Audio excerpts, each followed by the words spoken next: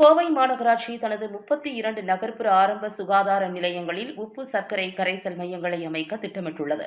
கோடை காலத்தில் பொதுமக்களிடையே நீர் இழப்பை தடுக்க இந்த நடவடிக்கை மேற்கொள்ளப்படுகிறது. நகர சுகாதார அலுவலர் மோகன் கூறுகையில், வெப்பத்தால் ஏற்படும் பாதிப்புகள், நீர் இழப்பு, வயிற்றுப்போக்கு போன்ற நோய்களால் பாதிக்கப்படுவோரை கண்டறிந்து தேவையான மருத்துவ உதவிகள் வழங்கப்படும். சுகாதார விழிப்புணர்வு பிரச்சாரங்கள், மருத்துவ முகாம்கள் நடத்துதல் போன்ற நிலையான நடைமுறைகளும் பின்பற்றப்படும் என்றார். போக்குவரத்து காவல்துறை துணை ஆணையர் அசோக்குமார் கூறுகையில், முக்கிய சாலை சந்திப்புகளில் பச்சை வலைகள் அமைக்கப்படும்.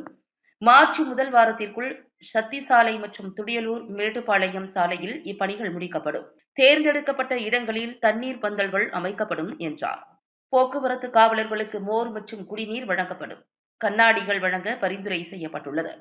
அனைத்து ஏற்பாடுகளும் மார்ச் முதல் வாரத்திற்குள் செயல்படுத்தப்படும்.